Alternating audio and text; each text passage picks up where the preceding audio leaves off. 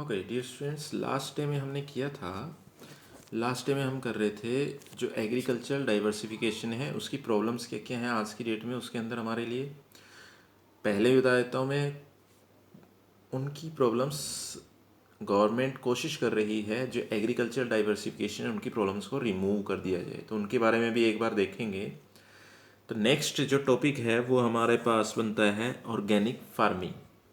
Organic farming को कहा जाता है जैविक खेती।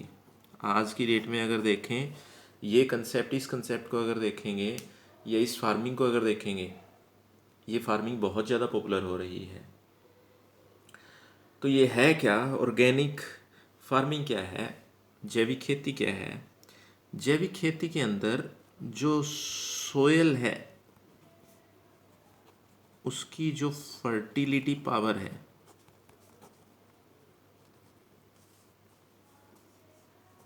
उसको इम्प्रूव किया जाता है, सबसे पहली चीज़। दूसरा, इसके अंदर और क्या किया जाता है? इसके अंदर जो फर्टिलाइजर्स हैं, फर्टिलाइजर्स का जो यूज़ है वो ना के बराबर किया जाता है। इसके अंदर क्या है? इसके अंदर जो हमारे पास जो फर्टिलाइजर्स हैं वो डोमेस्टिक यूज़ किए जाते हैं। डोमेस्टिक या आप इसे देसी खाद भी कह सकते हैं, तो इसके बारे में और आगे बताएंगे।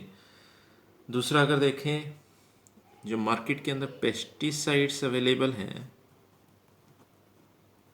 इनको भी यूज़ नहीं किया जाता। यानी ये क्या कह रहा है यहाँ पर कि ऑर्गेनिक फार्मिंग के अंदर हम क्या करते हैं, जैविक खेती के अंदर जो सोयल है यानी जो मिट्टी है उसकी जो फर्टिलिटी पावर है, जो उपजाऊ शक्ति है, उसको इम्प्रूव करने की कोशिश की जाती है कि उसको इम्प्रूव कैसे किया जाए। अब इसके अंदर क्या करते हैं, जो फर्टिलाइजर्स हैं, जो आर्टिफिशियल फर्टिलाइजर्स हैं मार्केट के अंदर जो अवेलेबल हैं, उनको ना के बराबर यूज़ किया जाता है। यूज़ किया जाता है डोमेस्टिक जो हमारे पास फर्टिलाइजर्स हैं, जो घरेलू खाद है हमारे पास, उसको ज़्यादा से ज़्यादा यूज़ किया जाता है। जैसे जो एनिमल मैन्योर है, जो पशुओं से जो गोबर खाद मिलती है उसको, जो एनिमल मैन्योर है उसको जो यूज़ किया जाता है यहाँ पर। जो पशुओं से खाद मिलती है, जो गोबर से खाद मिलती है, उसको ज़्यादा यूज़ किया जाता है। पेस्टिसाइड ना के बराबर यूज होते हैं। तो इससे होता क्या है, आज की डेट में अगर देखें जो सोयल है, जो मिट्टी है, उसकी फर्टिलिटी पावर जो है वो ख़त्म हो रही है। किसकी वजह से? जो हम आर्टिफिशियल फर्टिलाइजर्स ज़्यादा से ज़्यादा यूज़ कर रहे हैं उसकी वजह से। पहले अगर आप देखें, कुछ टाइम पहले, लगभग 25 से 30 साल पहले अगर आप चेक करें, तब फर्टिलाइजर्स जो हमारे पास, आर्टिफिशियल फर्टिलाइजर्स इतने यूज नहीं होते थे। डोमेस्टिक फर्टिलाइजर यूज होते थे, जो एनिमल मैन्योर है, जो पशु खाद है, गोबर खाद है, वो यूज होती थी। पेस्टिसाइड ना के बराबर होते थे। प्रोडक्शन कम था, बट जो प्रोडक्शन की क्वालिटी थी वो बहुत ज़्यादा बेटर थी आज की डेट में।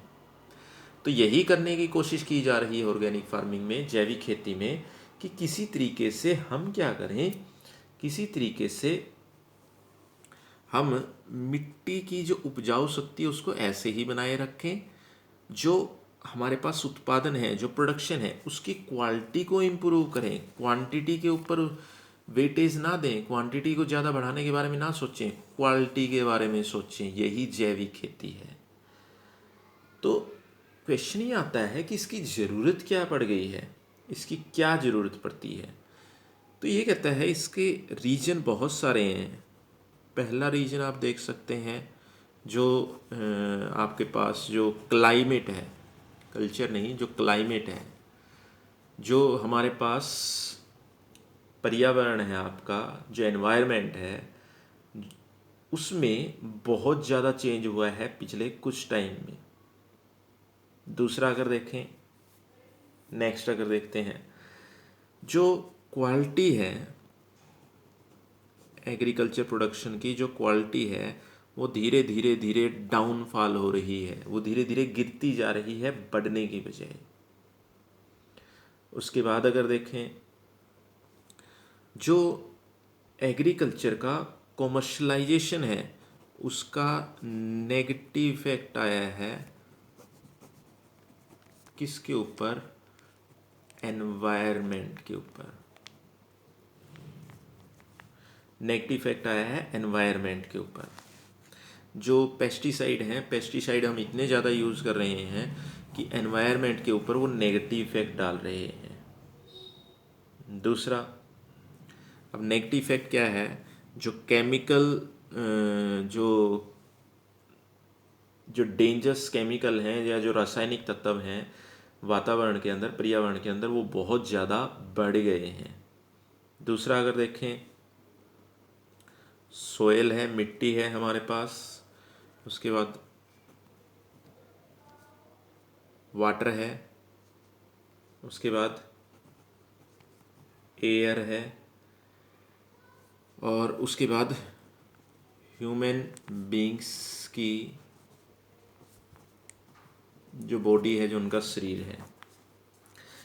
इन सभी के अंदर अगर देखें, सोयल के अंदर अगर देखें, सोयल के अंदर भी जो डेंजरस केमिकल हैं वो बहुत ज़्यादा बढ़ गए हैं। वाटर जो है वो ख़राब होता जा रहा है। पहले की तुलना में अगर आप देखें ना, पहले की कंपैरिजन में अगर आप चेक करें, जो वाटर है, वाटर की क्वालिटी जो है वो आपकी बिल्कुल डिग्रेड हो चुकी है, वो बिल्कुल डाउन हो चुकी है। पहले कभी भी अगर देखें, पहले जो वाटर की क्वालिटी थी ऐसी कभी भी नहीं होती जो आज की डेट में है। आज की डेट में अगर देखें, जिसको भी अगर आप देखेंगे वो सारे के सारे फिल्टर्ड वाटर यूज़ कर रहे हैं। रीजन रीजन की वाटर की क्वालिटी हर जगह ख़राब हो चुकी है। इवन अगर आप देखेंगे जो लैंड वाटर है, लैंड वाटर की क्वालिटी एग्रीकल्चर के लिए भी हर जगह सूटेबल नहीं है, कृषि के लिए भी उपयुक्त नहीं है। एयर एयर को आप देख सकते हैं कि वातावरण में जो वायु प्रदूषण है वो कितना ज़्यादा बढ़ गया है। दूसरा अगर देखें ह्यूमन बींग्स में अगर देखें, ह्यूमन बींग्स में जो उनकी बॉडी है, जो उनका शरीर है, उसके अंदर जो केमिकल्स हैं वो बढ़ते जा रहे हैं, नई नई बीमारियां शुरू हो गई हैं। तो ये सारा का सारा नेगेटिव इफेक्ट किसका है? ये सारा नेगेटिव इफेक्ट बढ़ता जा रहा है जो ज़्यादा से ज़्यादा आर्टिफिशियल फर्टिलाइज़र हम यूज़ कर रहे हैं, या ज़्यादा से ज़्यादा जो हम पेस्टिसाइड यूज़ कर रहे हैं उसका उसका सारा का सारा ये साइड इफ़ेक्ट है। तो ये कह रहा है कि जो ये सारी चीज़ें यूज़ कर रहे हैं इनके long term effect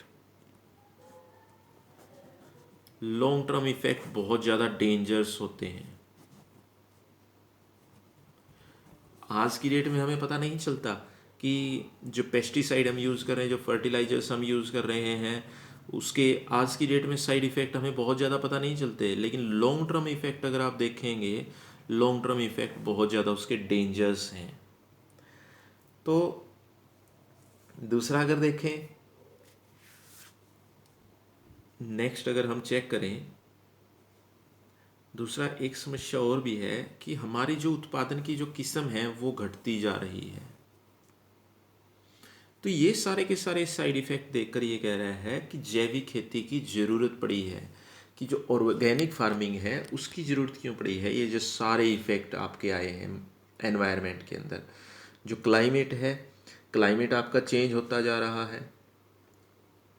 climate change में जैसे अगर आप देख सकते हैं, जो बारिश है, बारिश का जो टाइम है, टाइम पीरियड चेंज होता जा रहा है। जो हमारे पास जो सीजन्स हैं, जैसे समर सीजन है, विंटर सीजन है, उनका टाइम पीरियड कभी बहुत ज़्यादा बढ़ जाता है, कभी बहुत ज़्यादा कम हो जाता है। तो ये सारे के सारे नेगेटिव इफेक्ट जो हैं वो नेगेटिव इफेक्ट आपके एनवायरनमेंट के ऊपर बढ़ते जा रहे हैं।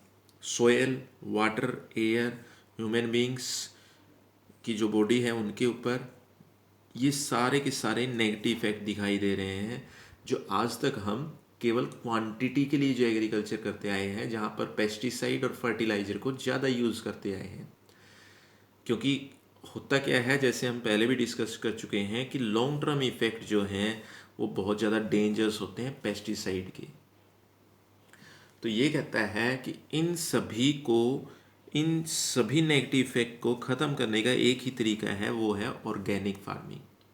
कि हम क्या करें, ऑर्गेनिक फार्मिंग के ऊपर ज़्यादा कंसंट्रेट करें, जहाँ पर सोयल की हेल्थ इम्प्रूव की जाए, क्योंकि प्रोडक्शन फाइनली मिलता कहाँ से है, ये चीज़ देखें। प्रोडक्शन मिलता कहाँ से है, सोयल से।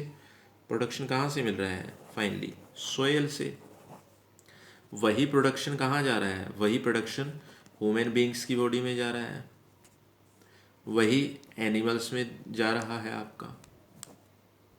जैसे अगर देखें जो हमारे यहाँ प्रोडक्शन होता है, प्रोडक्शन में अगर आप देखें गेहूँ है या आपके पास दूसरे जो खाद्य पदार्थ हैं, उनके ऊपर जो पेस्टिसाइड आप यूज़ करते हैं वो सारे के सारे कहाँ एब्जॉर्ब हो जाते हैं, या तो सोयल में चले जाते हैं, वाटर के अंदर आपके वाटर एब्जॉर्ब कर लेता है उनको, या फिर वो जो प्रोडक्शन होता है उसके अंदर आ जाते हैं। अब वो प्रोडक्शन सारा किसके अंदर जाता है, ह्यूमन बींग्स और एनिमल्स की बॉडी में। ह्यूमन बींग्स की बॉडी में जा रहा है, दूसरा एनिमल्स की बॉडी में जा रहा है। अब जो दूध देने वाले पशु हैं, जैसे आपके पास बुफेलो है या काऊ है, वो सारे वही जो चारा है या वही जो प्रोडक्शन है जो हम पेस्टिसाइड्स के थ्रू प्राप्त कर रहे हैं, पेस्टिसाइड्स के थ्रू हमें मिल रहा है, वही सारा वो खाते हैं।